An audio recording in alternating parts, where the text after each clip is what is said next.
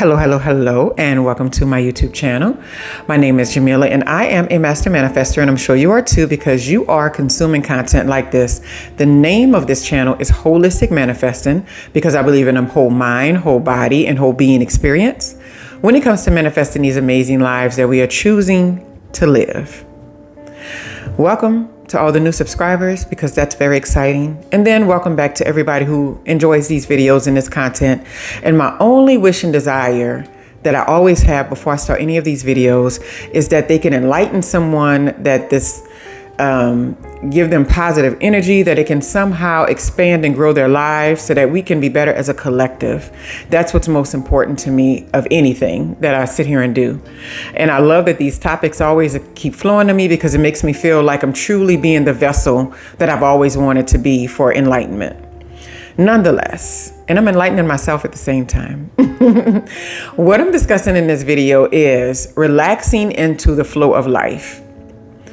Relaxing into the flow of life is so important because it teaches us how to navigate uncertainty without losing ourselves in that process. When we think about chaos and disappointments and difficulties, we begin to see them all as opportunities to remain in our calmness and our stillness. It's kind of like when I told the story before, but if you're a new subscriber, maybe you haven't heard it. When I learned how to swim, when I was like 32 years old, 32, 33, something like that. And my daughters were little and they always wanted to get in pools. And I hated the idea of always having to have somebody around to say, can you come with me? Because I did not want to be the mom that couldn't save her daughters at the pool if they were, something was to go wrong. And they were taking lessons and they had learned from family too. And I was like, I got to learn how to do this. And I'd already tried twice. And then this was my third time. And the third time was the charm. But in this process, I remember that my worst enemy in learning how to swim, learning how to flow with the water, was when I was fighting against it. Was when my emotions were not regulated. It was when I was all over the place and trying to control the process. And if anybody's been in water, you know that the more you try to hold on and the tighter you try to make your grip, the worse your experience is going to be, right? There's a reason people say, be like water, and just go with the flow, because flowing is what makes your life feel better, is what makes your life easier. And think about it. When we're not flowing with something, that means that we're fighting with it. When I think about the times before I learned how to swim, when I was like 6 or 7 years old and I was like drowning in a pool, I don't really know how bad it was, but I know in my memory, it was awful. Like hearing water next to my ear used to bring back that anxiety from that moment. It happened when I was 5 years old. And then it happened again when I was like 16. Someone threw me in a deep end. I said, I can't swim. They was like, she's lying. I'm like, she's not lying. They threw me in anyway. And so like those two occurrences really just hung in my head for a long time. And so that when you're in those instances or something like that, or you're like drowning or something like that, the worst enemy that you have in that moment is fighting against the flow of the water. Now that I know how water works, and now that I know how to be free and loose in water, I can literally say, if I'm thrown in off the cuff, first of all, I know how to get up and get out of it now, and then swim to whatever edge or corner or whatever I need to get to be safe. But also at the same time, I also know how to flip on my back and begin to float so that I can breathe and then relax my body so that I'm not sinking down back into the water. And so that is pretty much how life works when you begin to flow with life. When chaos happens, when disappointments happen, or when difficult times come to you, you don't lose every aspect of who you are because you are planted on a firm foundation of, I'm going to flow with life. When things seems like they're going into directions where we don't want to experience it, the first thing we got to remember is that we're not in charge of those things and we have to allow them to flow. I think of these things a lot when I work with my daughters for things and they're trying to do something and it's outside of my scope because it's their lives and I have to like let go. Like for an example, One of them was wanting to get concert tickets because, she has a job, and the concert tickets were somewhere around $300. Well, her account is in my lineup because she's still a teen, and I can see her money, and I'm just like, she's going to spend all her money like that's, on concert tickets. But I'm like, that's an experience she wants to have. And at the same time, I had to pull myself out of the equation and say, this is a difficulty of me being able to let go and allow my daughter to make her own decisions here. I had no desire to truly step in, but my mind was churning because I'm really good at not jumping into things. My mind was churning, and I kind of just let it go. And I said, go with the flow of life. She has to learn what's important to her, and you have to allow her to learn what's important to her and where she wants to take her life and what she wants to spend her time and energy on. And I was just sitting there yesterday, and I was doing something like some type of gratitude something, because I'm always doing something, whether it was meditation or writing something. I was doing something, and I was exercising. But when I'm exercising, I'm always in some kind of mental meditation or thinking, the Creator, being grateful nonstop, because I'm always in amazement of how far my life has come with just pure gratitude, right? And I was doing that, and right when I did that, I got a message with her showing got him, and had exclamation points, and she got it for like a better price than what she thought, and she got 2 tickets so that when it comes up she can take a friend to it.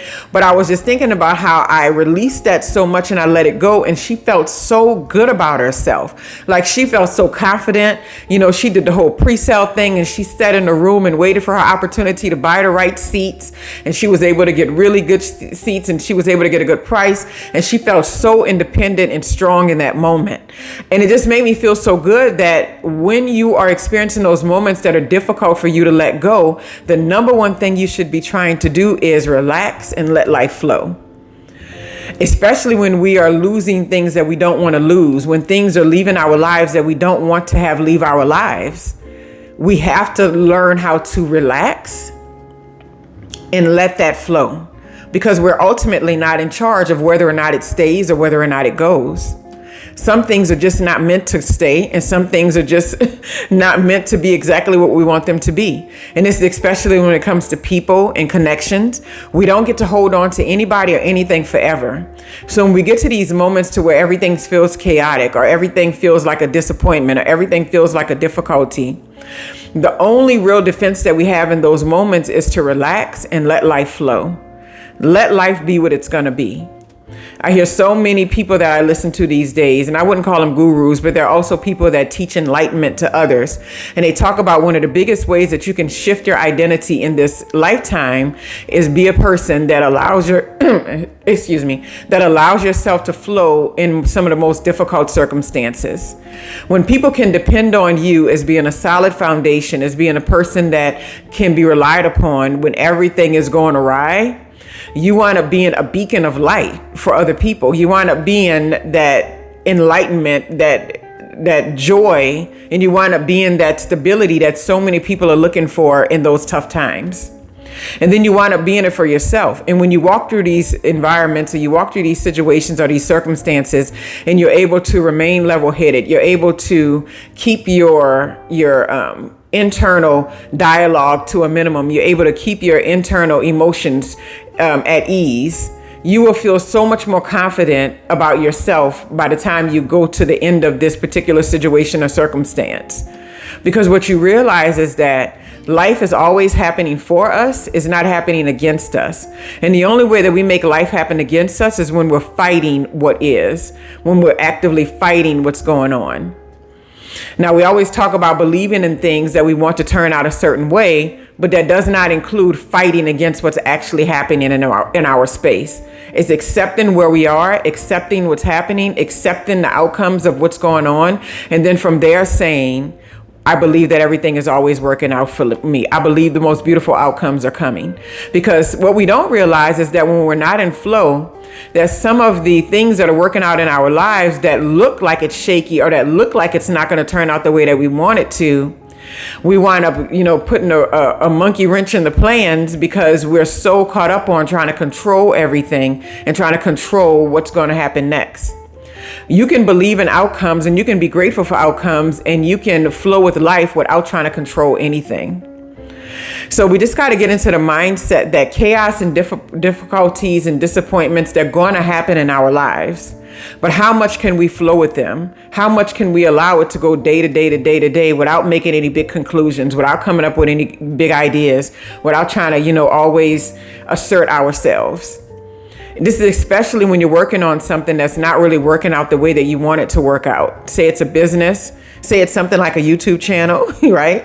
Say it's social media of some sort, expansion there. Say it's a career, whatever it is, a relationship, a connection, something that you're doing that's not working out the way exactly that you want it to be. I find that we get our best results when we just say hands off, laissez-faire, when we say, I'm just going to flow with this process.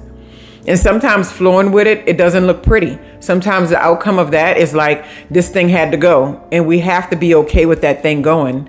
Because what we do know is that none of what we're experiencing is permanent. None of what we're doing today is permanent. Not even in this lifetime. And then we're not even permanent to this lifetime, right? Everything is transient. Everything is moving. As we speak right now, as I speak to you right now, this life that I'm sitting in this moment is changing, right? In this moment, my daughters are getting older. In this moment, my life is moving on to something else, even if I don't see what that next thing is. Every moment is shifting and changing. And if we just can get in the process to where we're like, when we first learn how to swim and the first thing we learn how to do is float, we enjoy it so much. I remember the first time I floated on my back in the water. I couldn't believe that a body could be supported by water like that. That I didn't have to fight, that I didn't have to doggy paddle my legs, I didn't have to struggle. All I had to do was lay there and just breathe. All I had to do was be present and breathe. And I had to make sure my breathing was correct. I was taking in enough air so that way when the air left my body, it wouldn't sink down into the water. But at the same time, all I had to do was release and breathe. Not try to control it, not try to make the chaos and difficulty go away, because sometimes we're just in the middle of it and there's nothing you can do but be in the middle of it. But just lay there and breathe. I hope you all have a wonderful, wonderful, wonderful day.